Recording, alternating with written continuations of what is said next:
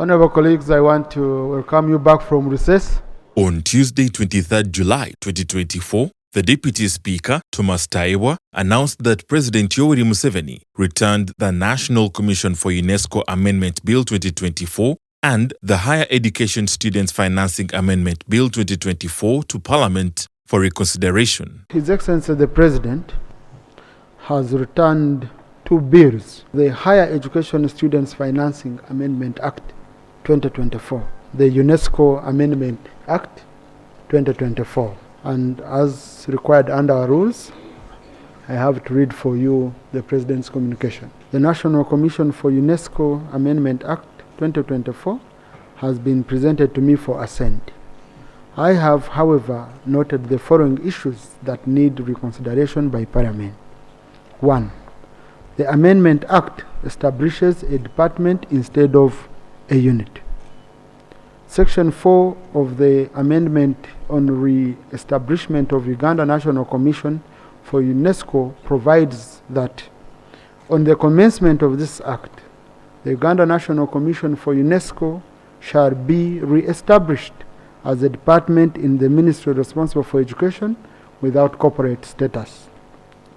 The implication of this section is that UNATCOM is established as a legal entity but without corporate status. This is contrary to the public service practice where a ministry refers to a set of formal arrangements including the structure of ministries, departments, divisions, and other operational units, all established administratively with cabinet approval. Therefore, it is cabinet that establishes such structures and not Parliament. Cabinet already decided that UNATCOM be retained as a unit in the Ministry of Education and Sports under Cabinet Extract CT 2028-128. I refer the returned Act to the Committee on Education for further processing. In the sitting, the leader of the opposition in Parliament, Honorable Joel Senyonyi, criticized government over the arrest of 3 members of Parliament belonging to the National Unity Platform NUP party. Some of our colleagues were arrested and are still in jail, together with other citizens. The mentioned colleagues are Honorable Hassan Chirumira from Katikamu South, the Honorable Charles Tevandeke, Bale County, the Honorable Francis Zake from Mitiana Municipality, and other citizens. They are in Luzira as we speak, simply because they went to attend a regular press conference.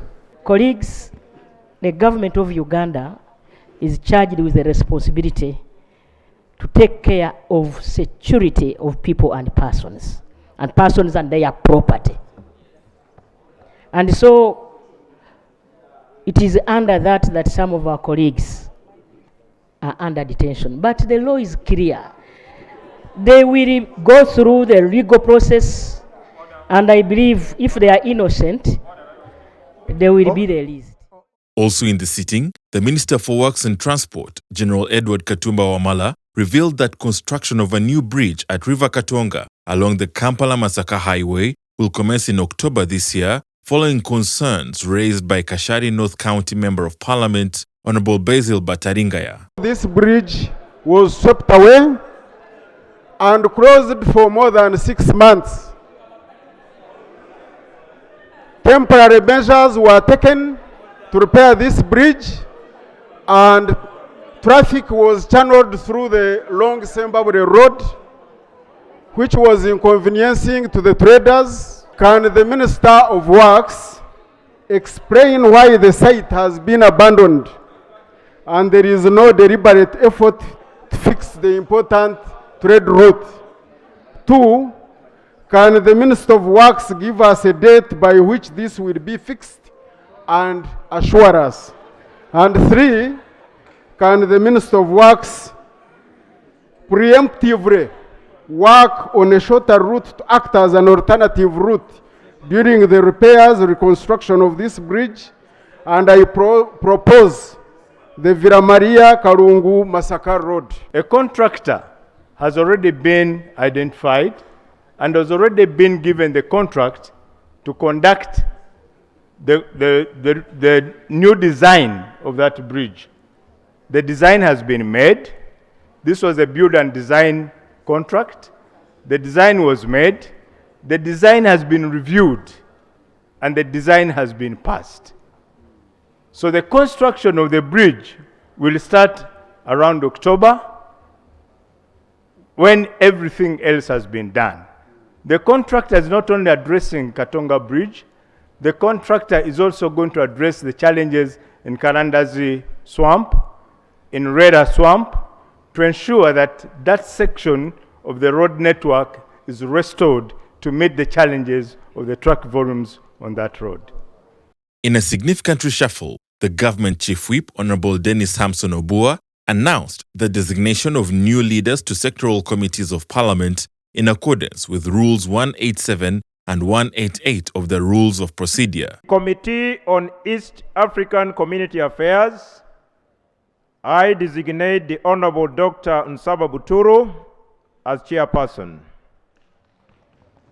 I also designate the Honorable Shatis Kutesa Musherure as deputy chairperson. Committee of Education and Sports, Honorable Kubeketeria James as chairperson, Honorable Asimwe Moli Musime as the deputy chairperson. Committee of Gender, Labor and Social Development, Honorable Abwoli Kunihira Agnes as chairperson, Honorable Laura Kanusu as the deputy chairperson. Committee of Health, Honorable Dr. Ruyonga Joseph as chairperson. Committee of ICT and National Guidance, Honorable Tony Ayo as chairperson, Honorable Idi Isabire as deputy chairperson. Committee on Legal and Parliamentary Affairs, Honorable Baka Stephen Mugabe as chairperson. Committee of Environment and Natural Resources, Honorable Albert Edmond Ariko as chairperson. Committee on Presidential Affairs, Honorable Biarogaba Alex Bakunda as chairperson, deputized by Honorable Flora Natumanya. Committee of Public Service and Local Government, Honorable Wakabi Pius as deputy chairperson. Committee of Trade, Tourism and Industry, I designate the Honorable Sylvia Naebale as chairperson. Right Honorable Speaker, I beg to move on the leadership of sectoral committees. On Thursday, 25th July 2024, Parliament paid tribute to the late Honorable Simon Peter Aleper, who served as a member of the 9th Parliament. He was a distinguished legislator who represented his people with dedication. Some of you are seeing his videos today, are playing on our screens, and he did this with a lot of commitment. He worked so hard during his time as a member of Parliament, especially for the pacification of the Karamoja sub-region. Honorable Aliper contributed immensely to the debates in the House, focusing on improving infrastructure in the Karamoja sub-region and food security for his people, if we are to be specific. He also worked hard to ensure that children from Karamoja were off the streets of Kampala. The late Honorable Aliper was a competent professional in handling social and technical work. He was able to work in the field under emergency conditions and in a multicultural environment.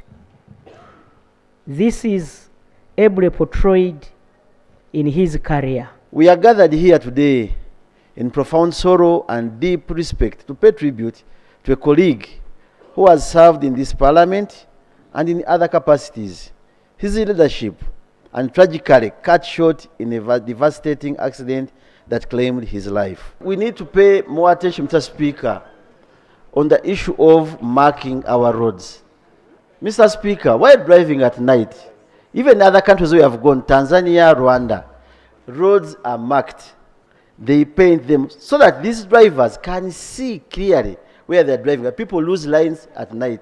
As we remember and eulogize our brother, Right Honourable Speaker, I want to invite the government and Parliament to take very keen interest on the impact of counterfeit and the relationship or connection between counterfeit and increasing cases of road accidents in this country. Mr. Speaker, I stand here to state that the Honorable Simon Peter Aleper was a very steadfast leader who stood for very clear and correct virtues and would always stand and speak about what he stood for very loudly and clearly here in the House and also outside without mincing words. He had given his life to Uganda, to the NRM party,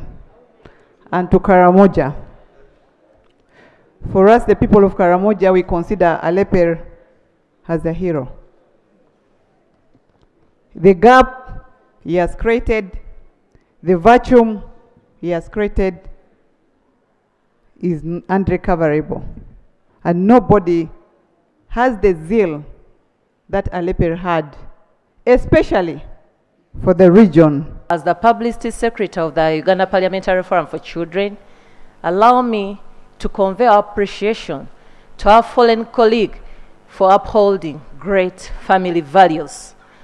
What we are witnessing today is a key lesson to the rest of the fathers out there in this country that your children should be knowing who their father is.